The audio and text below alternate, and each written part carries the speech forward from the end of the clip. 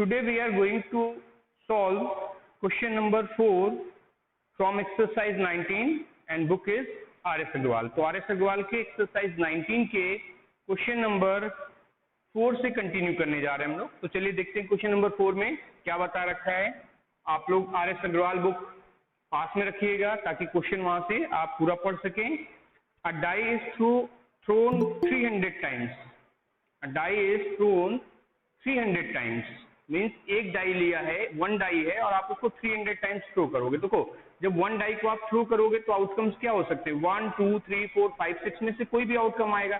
कौन सा नंबर कितनी बार आ रहा है उसका टेबल बना के दिया है। तो चलो देखो टेबल क्या है, थोड़ा सा हम बना दें। आउटकम्स है, ठीक है, और यहाँ पर इसकी फ्रिक्वेंसी है। फ्रिक्वेंसी मीन्स वो कितनी बार रिपीट हो रहा है, ठीक है। तो उसको टेबलर फॉर्म में लिख दें। यहाँ पर ये टेबल बुक क्वेश्चन में दे रखा है। अगर आप बुक लिए हो तो इसको बनाने की कोई जरूरत नहीं है, ये हम आपको समझाने के लिए बना रहे हैं, ठीक है। जिनके पास बुक नहीं वो यहां से देख लें। 54, 42, 39 एंड 33। देखो ये है कि जब 300 टाइम्स थ्रो किया गया वन डाई को तो ये आउटकम्स आए। आउटकम्स को पहले समझिए कि 60 टाइम्स तो 1 आया। आप वन डाई को 300 टाइम्स थ्रो कर रहे हो तो 60 टाइम 1 आया, 72 टाइम्स 2 आया, 54 टाइम्स 3 आ रहा है, 42 टाइम्स 4 आ रहा है, 39 टाइम्स 5 आ रहा है और 33 टाइम्स 6 आ रहा है। क्लियर?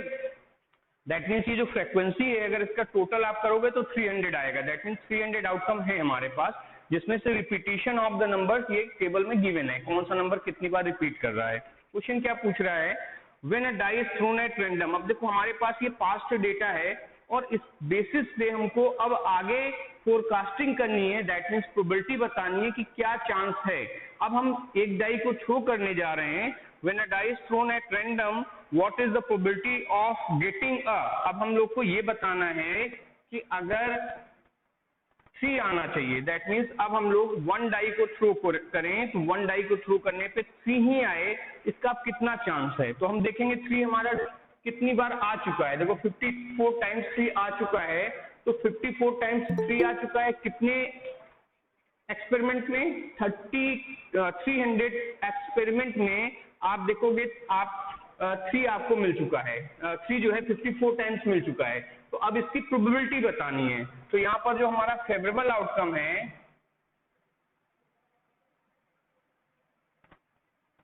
फेवरेबल आउटकम वो है आपका 52। तो 52 टाइम्स 3 आ रहा है। दैट मीन्स हम उसी एक डाई को थ्रो करेंगे और 3 ही लाना चाहेंगे, तो वो आउटकम हमारे पास जितना 3 का आउटकम दिया है वही हमारे लिए फेवरेबल आउटकम होगा। और टोटल आउटकम्स तो टोटल आउटकम्स कितने हैं, 300 है। दैट मीन्स टोटल 300 आउटकम्स में 54 टाइम्स हमको 3 मिल रहा था। तो अब 3 आने का जो प्रोबेबिलिटी है वो बताना है हमको। तो PE is equal to NE upon NS। Shortcut में भी लिख सकते हैं NE, that means favourable outcomes कितने हैं, NS मतलब टोटल आउटकम, ठीक है। तो ये हो जाएगा 54 अपॉन 300, ठीक है। इसको अगर आप सॉल्व करोगे तो देख सकते हो कितने टाइम्स कैंसिल होगा। इसको सॉल्व कर लीजिए, ये आ रहा है कितना, हाँ ये देखो ये आंसर आ गया 0.18। देखो 0.18 प्रोबेबिलिटी की वैल्यू है। अगर आप इसको परसेंट में कन्वर्ट करना चाहते हो तो इंटू 100 कर सकते हो, 18% आ जाएगा, ठीक है। तो यस,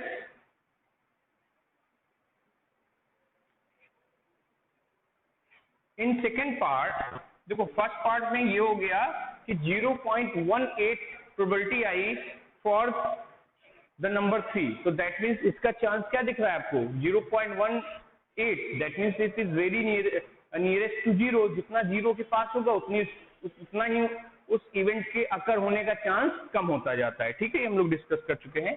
अब देखिए सेकेंड पार्ट में बोल रहा है 6, मतलब 6 आने के लिए कि 6 आ जाए, हम एक डाई को थ्रो करें तो वहां पे 6 ही आए, इसका कितना चांस है, क्या प्रोबेबिलिटी है। तो देखो 6 आने के लिए आप देख सकते हो 33 दिया हुआ है।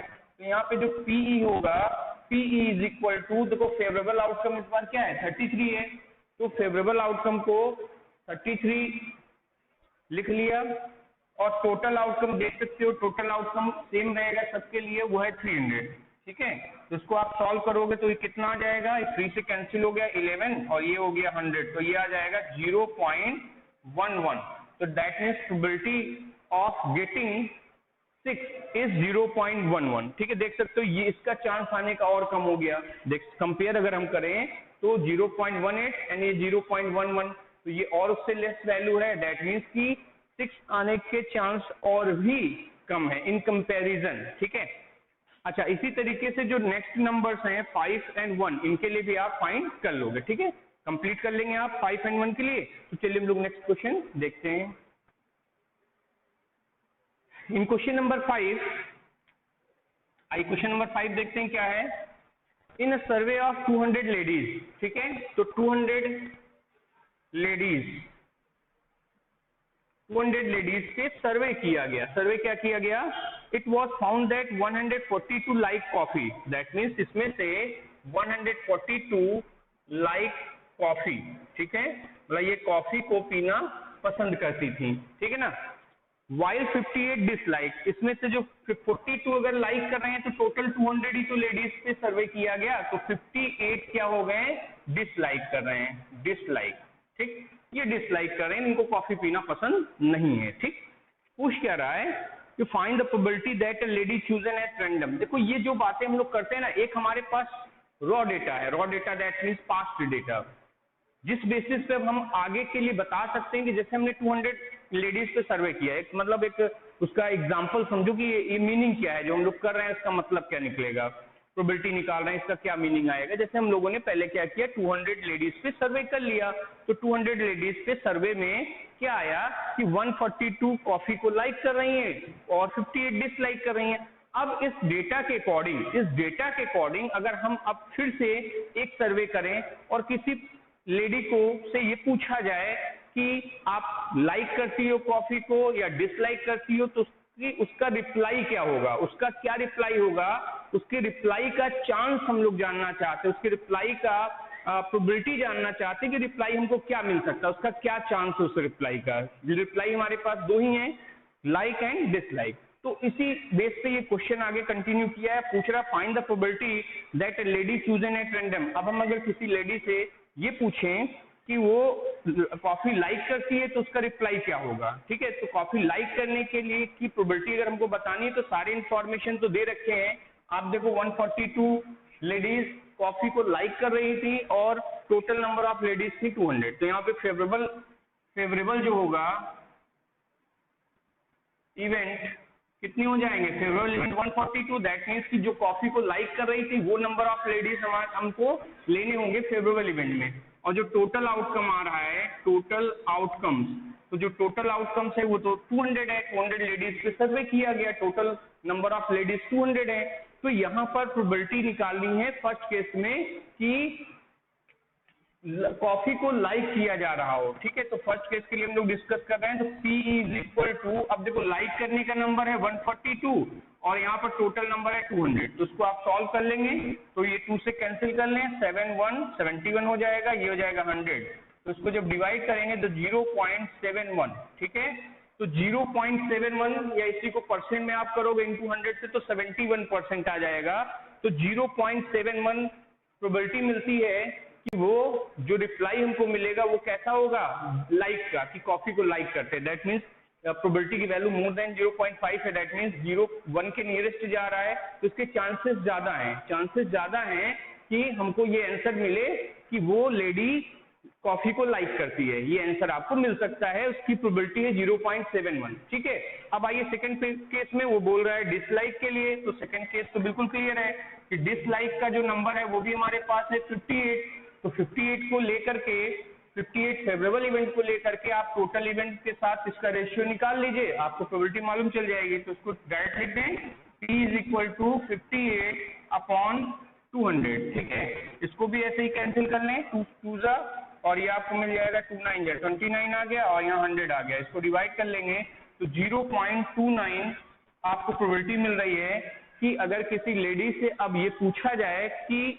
क्या वो कॉफी को डिसलाइक करती है, तो उसका जो प्रोबेबिलिटी है, जो रिप्लाई करने का जो चांस है यस में, वो 0.29 है। दैट मीन्स इसके चांस क्या हो गए, कम हो गए in comparison to this result. ठीक है ना, क्लियर हो गया होगा। तो चलिए नेक्स्ट क्वेश्चन करते हैं।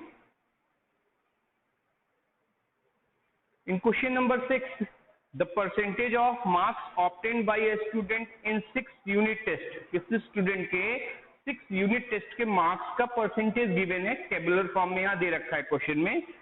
और क्वेश्चन ये पूछ रहा है a unit test is selected at random, इसमें से एक यूनिट टेस्ट को सिलेक्ट किया जाए, what is the probability that the student gets more than 60% marks in the test. ठीक है, देखो टेबल यहाँ बना दें हम। टेबल में देखो कुछ इस तरीके से इसके मार्क्स का परसेंटेज दिया हुआ है।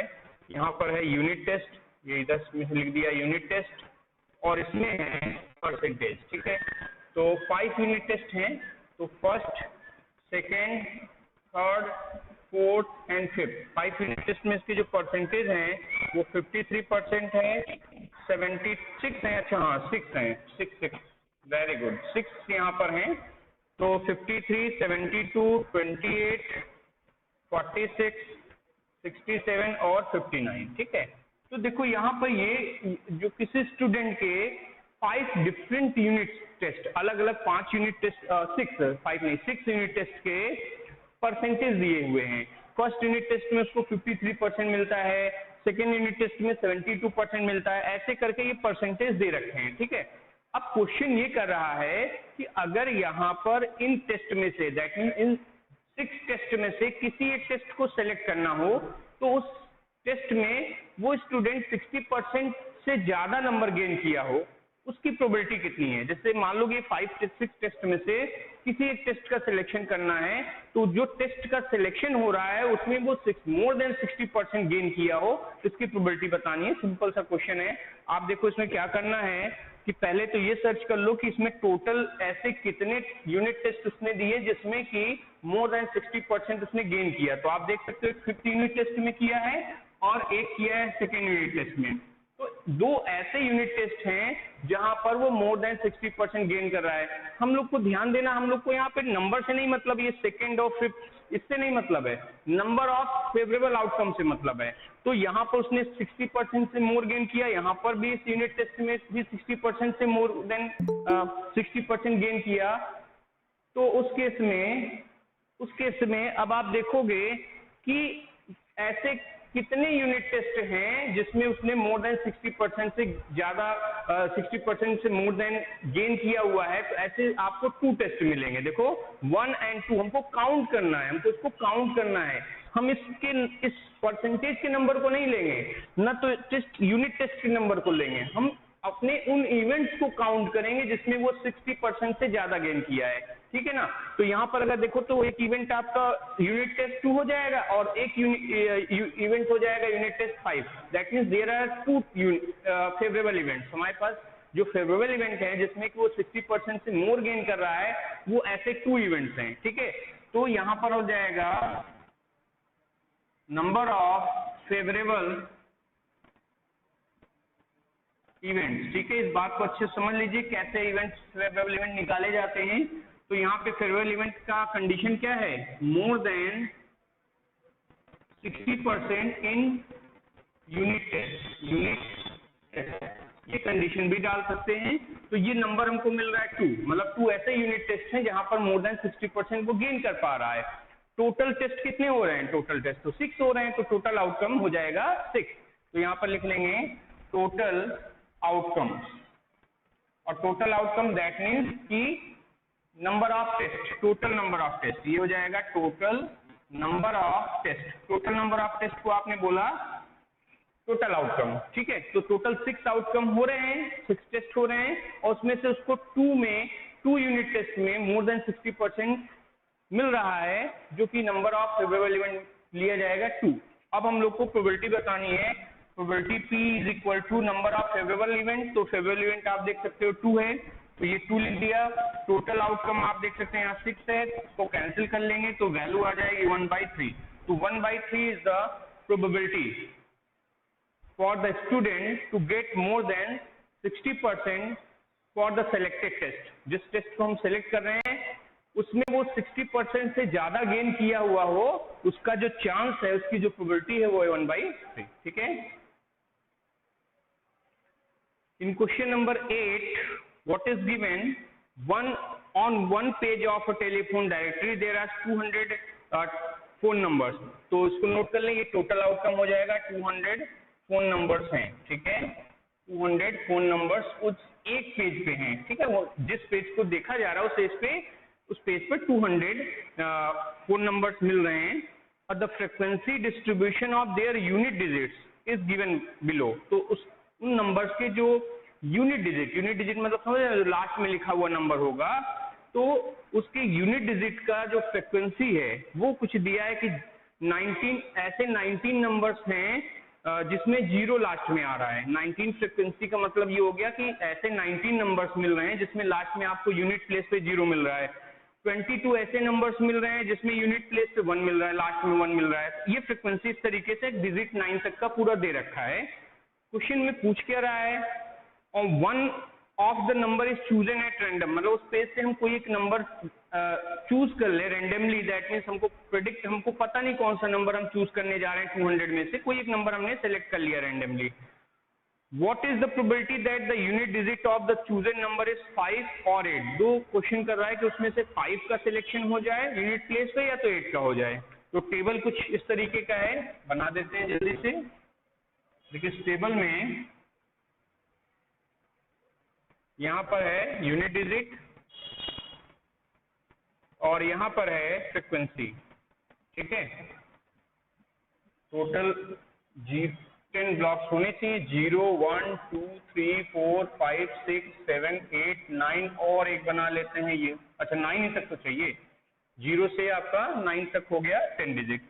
अच्छा यहाँ पे हो जाएगा 19 22 23 19 21 24 23 18 16 एंड 15।